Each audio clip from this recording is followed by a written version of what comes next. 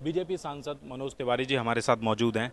Sir, खेल प्रतिभा खोज का आज से शुभारंभ हो रहा है। किस तरीके से सुनने में आ रहा है, एमसीडी के बच्चे भी यहाँ पे, किस तरीके से आप लोग व्यवस्था कर रहे हैं दिल्ली से? इसी साल के मार्च से ये एक नई शुरुआत हुई है,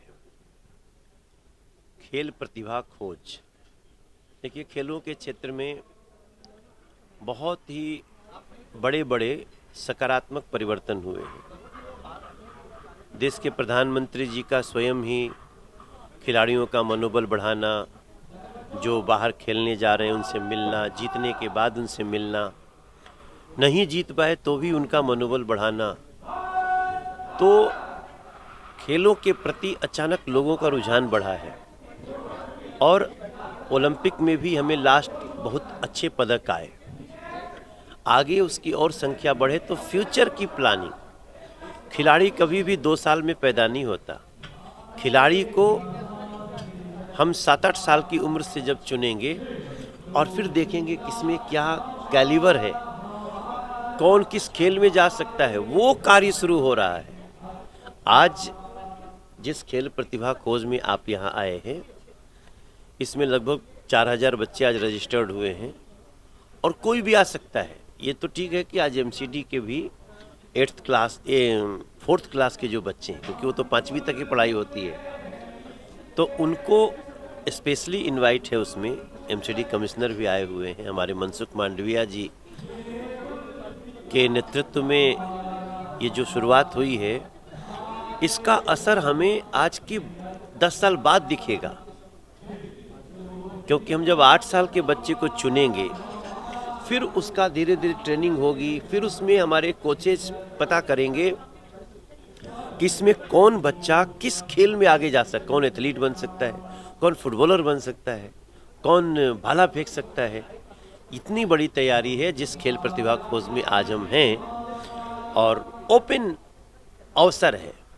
तो नरेंद्र मोदी सरकार की जो सबसे बड़ी खासियत है कि आपकी प्रतिभा को भी हम ढूंढ के लाएंगे और आपको मुकाम देंगे, और इसके लिए मैं एक सांसद के रूप में और देश के नागरिक के रूप में बहुत बधाई देता हूँ। सर, क्या लगता है, अगर हम पिछले 10 सालों की बात करें, ना सिर्फ खेल में बल्कि आप फिल्म इंडस्ट्री से आते हैं, वहाँ भी टैलेंट निकाला गया और उसके बाद पूरे देश में, लेकिन प्रधानमंत्री जी अलग अलग लोगों से मुलाकात करते, क्या ये मनोबल बढ़ाता है? क्या देश में पहली बार ऐसा हुआ कि प्रधानमंत्री कोई आया जिन्होंने इस तरीके से ये शुरुआत की? देखिए, पहले किसी ने कभी कभार किया होगा, बट नरेंद्र मोदी जी उसको लगातार कर रहे हैं। कभी कभार और लगातार, ये दोनों में बहुत अंतर है। नरेंद्र मोदी जी का जो यात्रा है अभी तक का, एक सामान्य से घर से निकल करके देश के प्रधानमंत्री और दुनिया के सबसे शक्तिशाली नेताओं में से एक,